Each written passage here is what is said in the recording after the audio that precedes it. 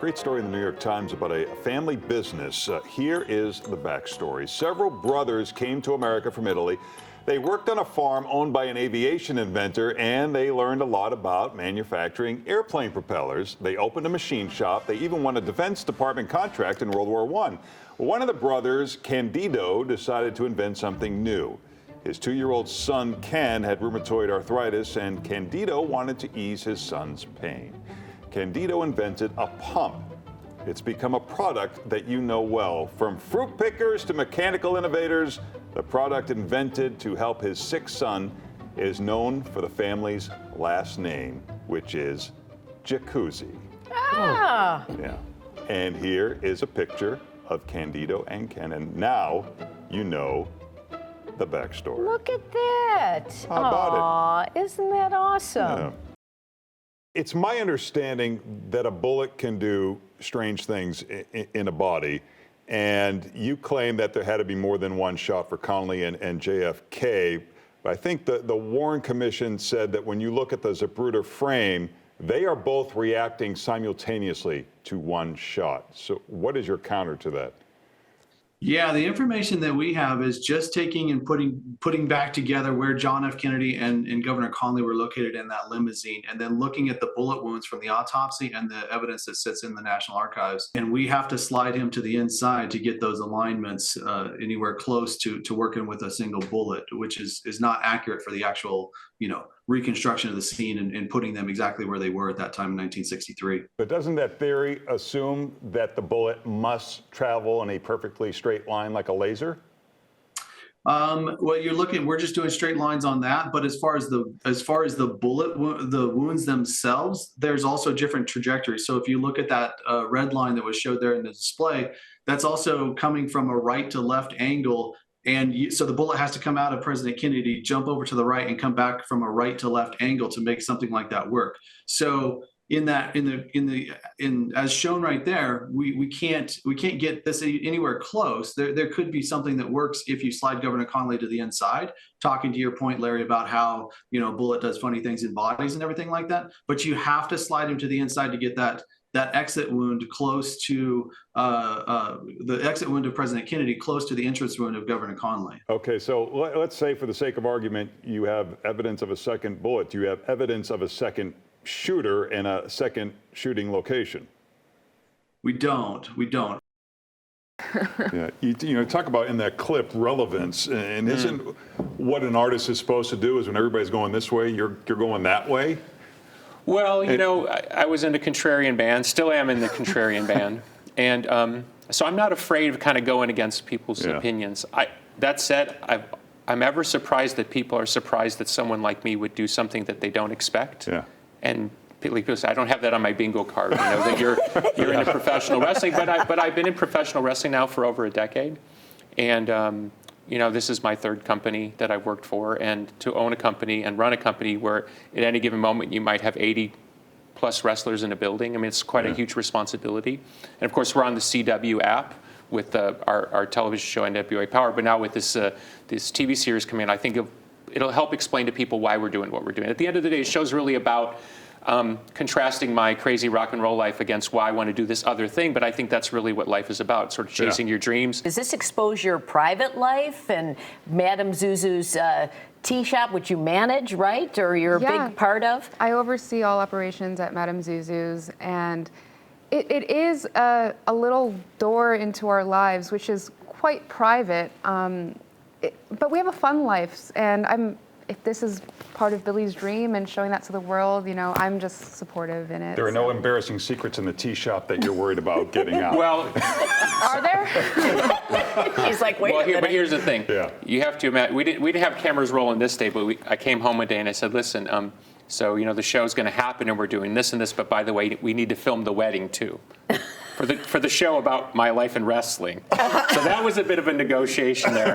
Can I ask you, but I'm fascinated with how people make music, and when you're making music at your age, is it different than when you're making music at 30? Both because of who you are, but also how the technology changes. Yeah, the hardest thing I think in making music, I'm 57 now, is sort of dealing with the shadow of the past, not my own conception, but other people's conception. Does Meta acknowledge that its products are causing anxiety for teenage girls? You know, that's not exactly what the research shows. That's according to the Wall Street Journal, citing internal documents from Meta as it regard to Instagram more specifically, I guess. Yeah, I think that's actually, again, a mischaracterization of the research that we have. What about the algorithms? I think there's, I believe, we've seen the attorney generals from many states, it's one of the few bipartisan issues in our country today, that they're going after social media, saying the algorithms are designed to be addictive. You know, we are a business. We want people to have a positive experience. We want them to walk away and have enjoyed the time on the platform. But I think it misunderstands our commercial interests to think that we want to create something that is a bad experience that people stay on for a long period of time.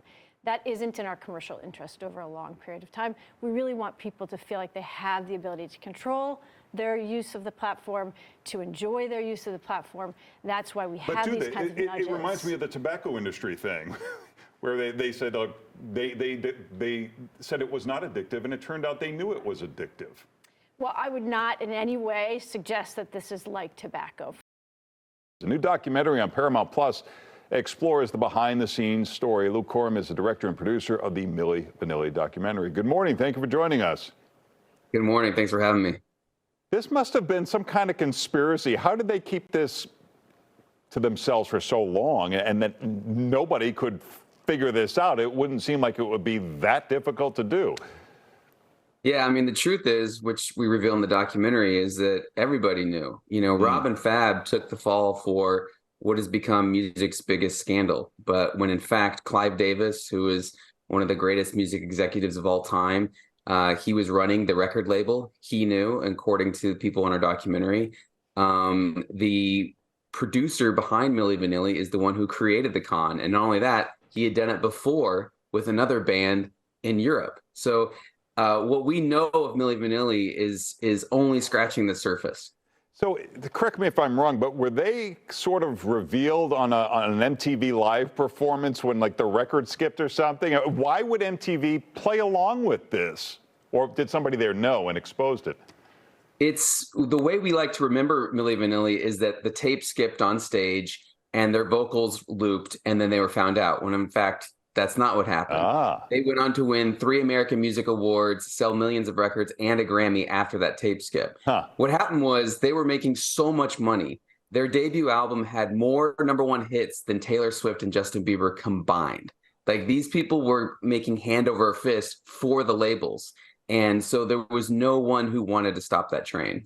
But why do they feel like they deserve the Grammy and they deserve the praise when really all they were doing was essentially dancing when you think about it?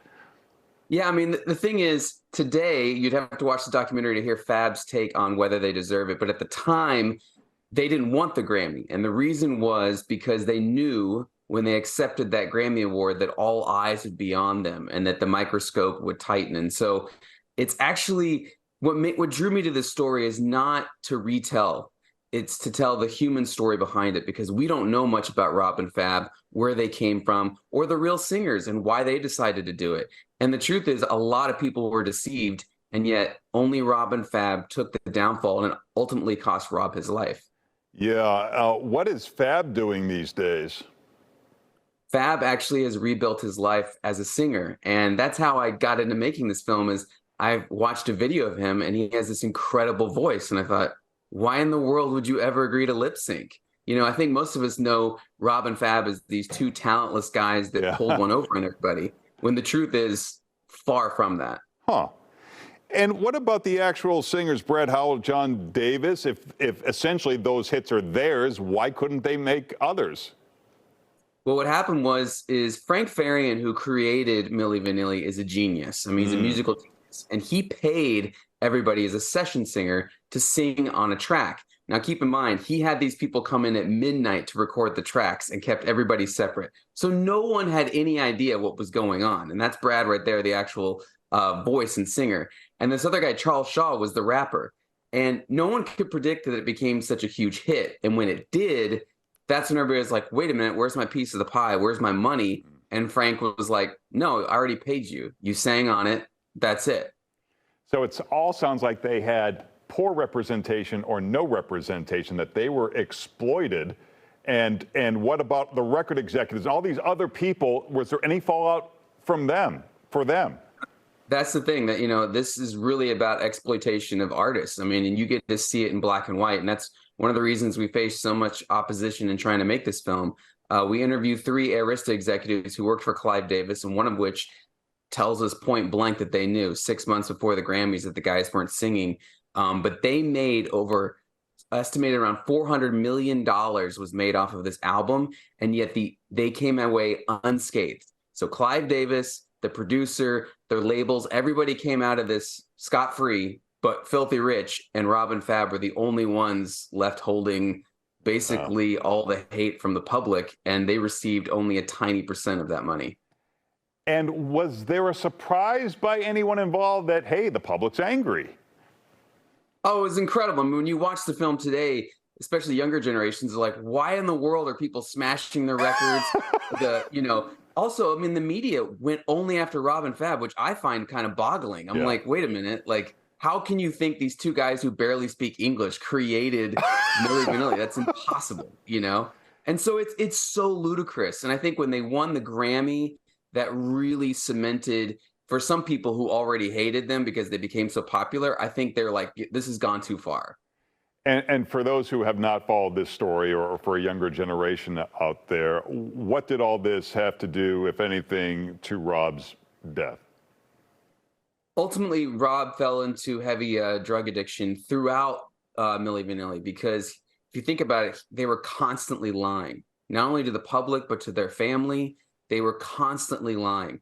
And for him, Rob had a disease. He had a problem with addiction. And when the fallout occurred, and when you watch the documentary, you see how hard it was.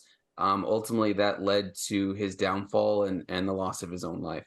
Wow. Well, Luke, I've always been fascinated by this story. Thank you for joining us. Good luck with the documentary. It is now streaming on Paramount Plus.